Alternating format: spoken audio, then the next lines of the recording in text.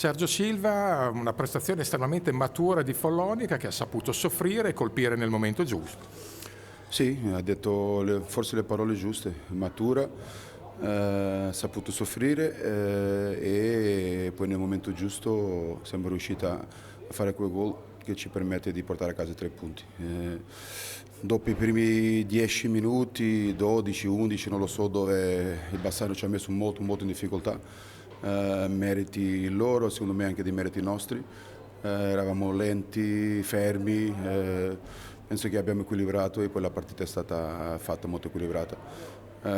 Sono contento perché i ragazzi hanno dato delle dimostrazioni importanti. Venire in questa pista contro questi avversari e ottenere questo risultato non è da tutti. Senti, vittorie come queste danno secondo me un'enorme consapevolezza, ecco, sei d'accordo? Credo che queste vittorie ti danno certezza, autostima e sicurezza in più. Devono dare perché è tutto frutto di quello che i ragazzi fanno in pista.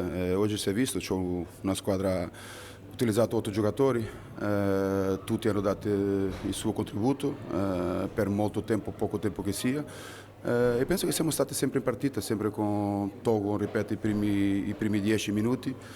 Siamo sempre stati in pista, sapere stare in pista, abbiamo poi creato, abbiamo sofferto di meno e in una pista avversaria con la squadra avversaria che avevamo davanti, piena di qualità. Non è semplice e non siamo riusciti a fare, quindi spero che questo ci dia ancora più consapevolezza di quello che noi possiamo fare perché io so questo.